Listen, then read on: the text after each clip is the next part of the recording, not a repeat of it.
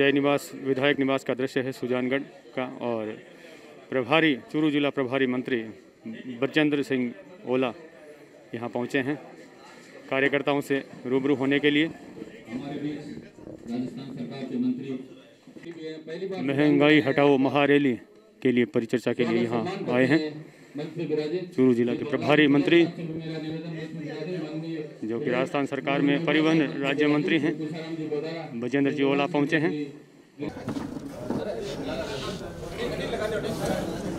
विधायक मनोज मेघवाल साफा पहनाकर स्वागत अभिनंदन कर रहे हैं।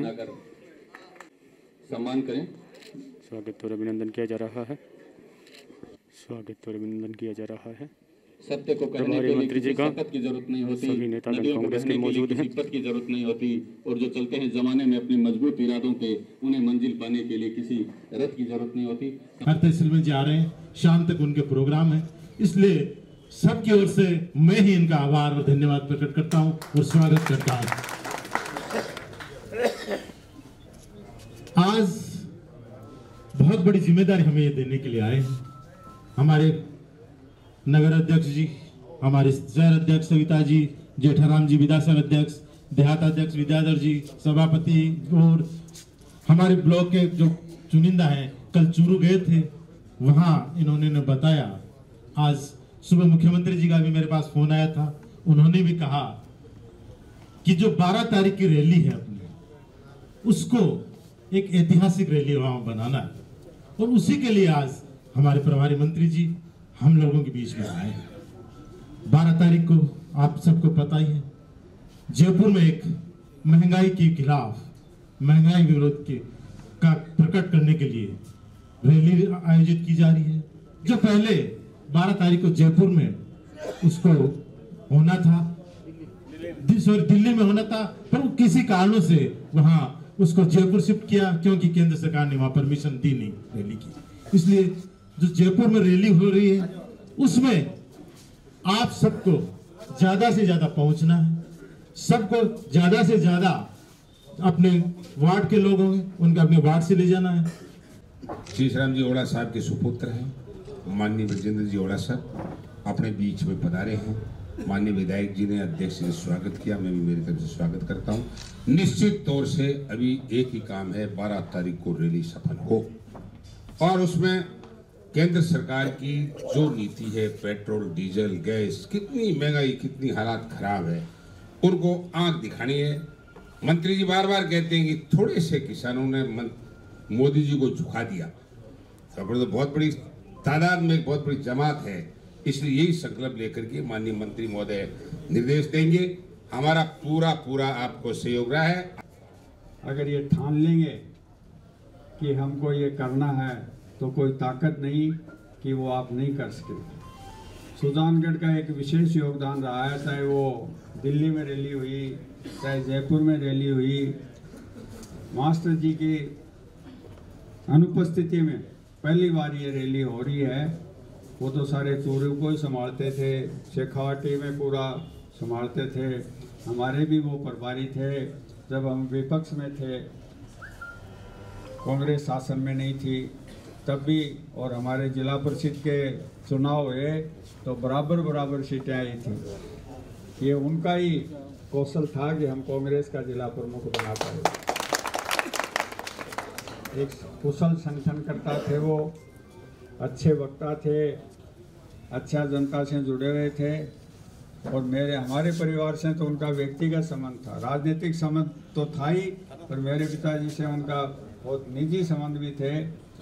एक बार उनके आंख में कुछ तकलीफ हो गई, मेरे पिताजी को पता चला कि मास्टर जी को तकलीफ है, तो उन्होंने स्वयं उनको फ़ोन करके बुलाया और एम्स के बड़े से बड़े डॉक्टर से अपॉइंटमेंट लेके वो बोले बाद में दिखा लेंगे। बोले नहीं, आँख का मामला ऐसा है, बाद में नहीं, आप तुरंत आओ। उनको और कभी उन्होंने, मुझे याद नहीं, ओला साहब ने उनको काम किया कहा और वो उन्होंने नहीं किया, और उन्होंने कहा वो उन्होंने नहीं किया। दिल्ली में हमारी रैली होनी थी, जैसा भाई मनोज जी ने बताया। भारत सरकार ने पहले कहा कि आप उसमें कर लो द्वारका में, और फिर लेफ्टिनेंट गवर्नर से वहाँ भी मना करवा दिया कि आप दिल्ली में रैली नहीं कर सकते। सोनिया जी ने तुरंत कहा कि रैली तो होगी, हम इस रैली को कैंसिल नहीं करेंगे। और राजस्थान को चुना।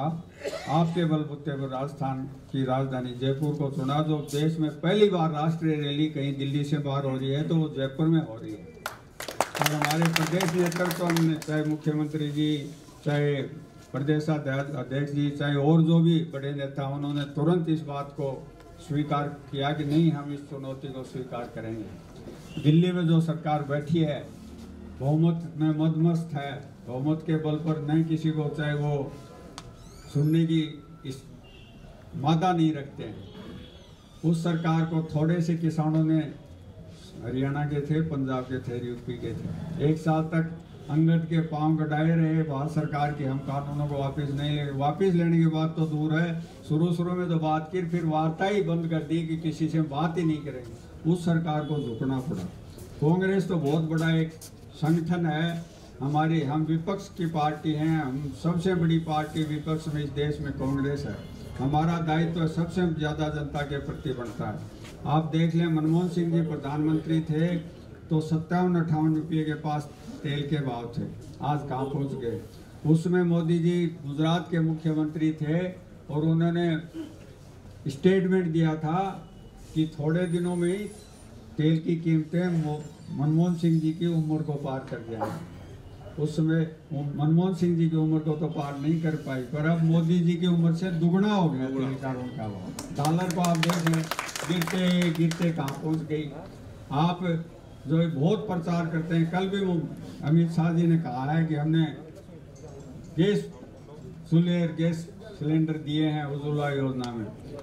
उज्ज्वला योजना में जब दिए थे तब क्या भाव था, आज क्या भाव था। बहुत सारे गैस के सिलेंडर तो अपने गांव के लोग हैं, शहर में भी पुराने समय में टांड रखते थे ऊपर को सामान रखने के लिए, उसकी शोभा बढ़ा रहे हैं। वहाँ बैठे बैठे गैस का सिलेंडर ये सोच रहा है कि कब मैं नीचे उतरूँ, मेरे में गैस भरी जाए, क्योंकि क्षमता ही नहीं रही। हम जिन लोगों को दिया था उनका, वो तो बेचारे कहाँ से भराएंगे। मध्यम वर्ग की कमर टूट गई। आपके जब तेल के, पेट्रोल डीजल के भाव बढ़ते हैं तो सब चीज़ों पर उसका असर पड़ता है। ट्रांसपोर्टेशन महंगा हो जाता है, जिससे सारी चीज़ें इधर से उधर जाती हैं। माननीय मंत्री जी द्वारा, विधायक जी द्वारा, तमाम कांग्रेस के वरिष्ठ नेताओं द्वारा सभी कार्यकर्ताओं समेत जयपुर जाने का प्रोग्राम बनाएंगे। और जो विधानसभा में जेठाराम जी यादव साहब हैं, उनसे मिलकर विधानसभा के कार्यकर्ता जाए। सामान्य सभी हमारे कार्यकर्ता शॉर्ट टाइम नोटिस में पधारे।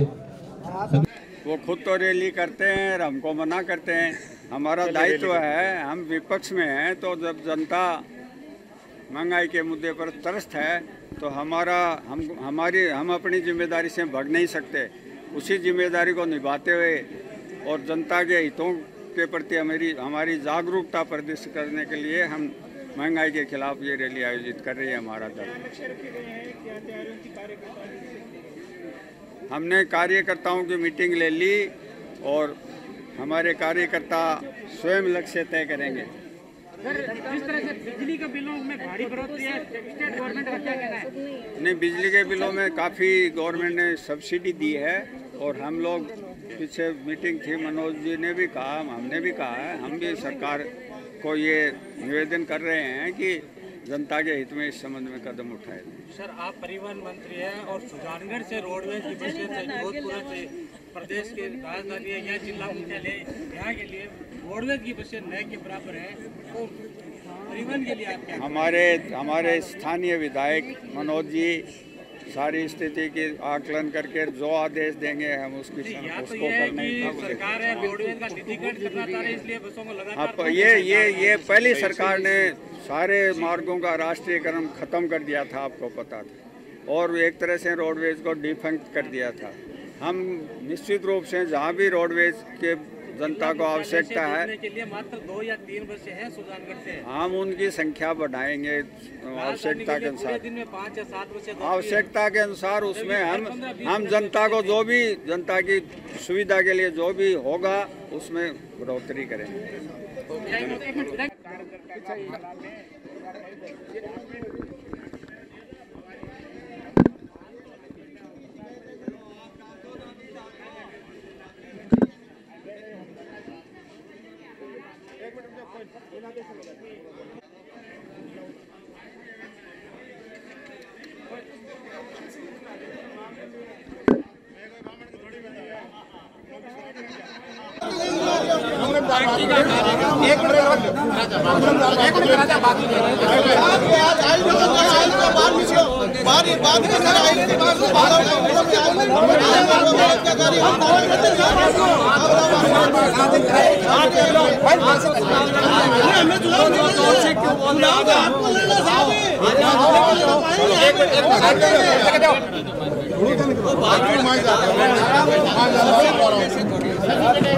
ये मैं मानता हूँ।